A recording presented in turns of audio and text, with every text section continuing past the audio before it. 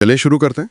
तो सबसे पहले इसका संवैधानिक आधार क्या है? कहाँ से शुरू होती है ये कहानी? देखिए, संविधान का अनुच्छेद 74, आर्टिकल 74 साफ कहता है कि राष्ट्रपति को सलाह और सहायता देने के लिए एक मंत्रिपरिषद होगी और उसका मुखिया प्रधानमंत्री होगा। अच्छा। और इसमें सबसे अहम बात यह है कि राष्ट्रपति को इसी सलाह के मुताबिक ही काम करना होता है। ओके, तो मतलब कहने को कार्यकारी शक्ति राष्ट्रपति में है, पर असली पावर वो प्रधानमंत्री और उनकी काउंसिल ऑफ मिनिस्टर्स के पास ही है। हाँ बिल्कुल, व्यवहारिक रूप से जमीनी हकीकत यही है। सारी वास्तविक शक्ति यहीं केंद्रित है। और फिर आता है अनुच्छेद 75।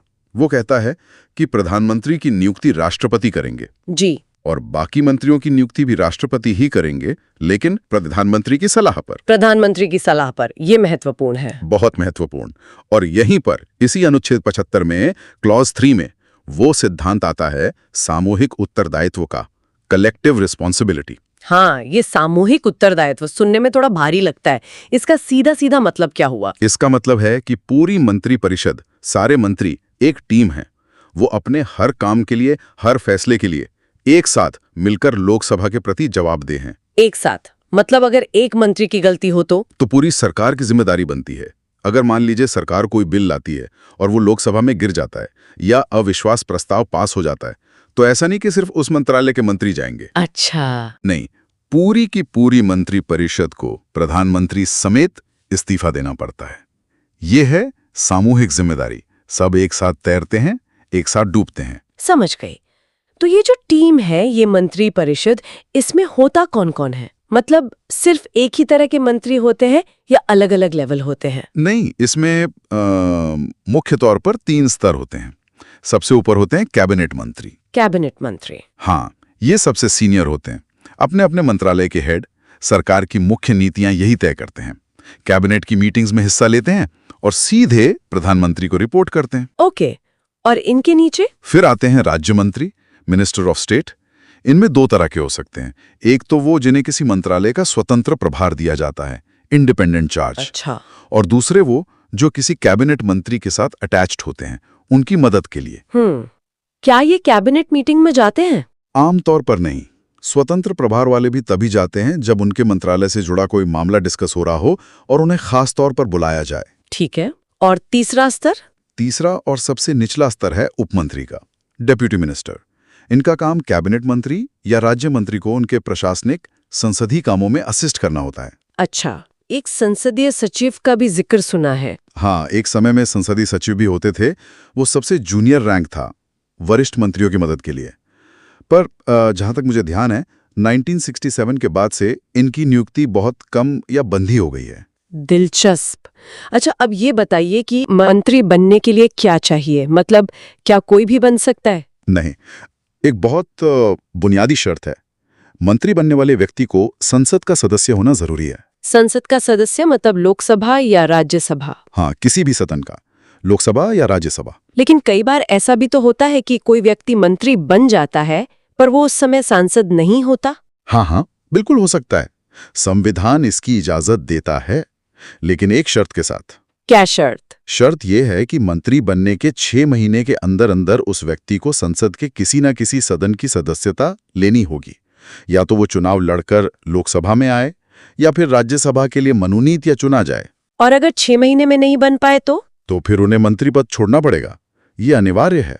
अच्छा, और एक मंत्री मान लीजिए लोकसभा का सदस्य है, क्या वो राज्यसभा की कार्यवाही में भाग ले सकता है? हाँ, बिल्कुल ले सकता है।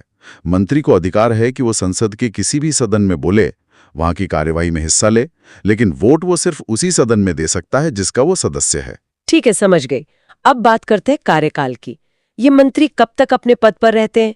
वो जो कहते हैं राष्ट्रपति के प्रसाद पर्यंत। हाँ, अनुच्छेद 75(2) यही कहता है, ministers hold office during the pleasure of the president. लेकिन इसका व्यावहारिक मतलब थोड़ा अलग है। वो क्या? असल में मंत्री तब तक ही पद पर रहते हैं जब तक उनकी सरकार को लोकसभा में बहुमत का भरोसा हासिल है, या कह लें जब तक प्रधानमंत्री का उन पर विश्वास है। मतलब राष्ट्रपति का प्लेजर असल में सरकार के बहुमत पर निर्भर करता है? बिल्कुल। अगर लोकसभा में सरकार विश्वास खो देती है तो पूरी मंत्रिपरिषद को इस्तीफा देना होता है। राष्ट्रपति फिर उनसे इस्तीफा मांग लेते हैं और प्रधानमंत्री भी कभी भी किसी मंत्री से इस्तीफा मांग सकते हैं या राष्ट्रपति को सलाह दे सकते हैं कि उस मंत्री को हटा दिया जाए। अब एक और अहम सवाल, ये मंत्री परिषद कितनी बड़ी हो सकती है? मंत्रियों की संख्या पर कोई रोक है? देखिए, मूल संविधान में ऐसी कोई रोक नहीं थी, कोई सीमा तय नहीं की गई थी। तो पहले मतलब जितने चाहे मंत्री बना सकते थे? हाँ, और ऐसा होता भी था। खासकर गठबंधन सरकारों के दौर में राजनीतिक मजबूरियों के चलते कई बार बहुत बड़ी बड़ी मंत्री परिषद बन जाती थी, 70-80 मंत्री या उससे भी ज्यादा। हाँ, जम्बो कैबिनेट वाली बात। बिल्कुल। इसी चीज को रोकने के लिए और सरकारी खर्चे पर लगाम लगाने के लिए 2003 में एक महत्वपूर्ण संशोधन किया गया, 91st संविधान संशोधन। अच्छा, 94 संशोधन। इसने क्या किया?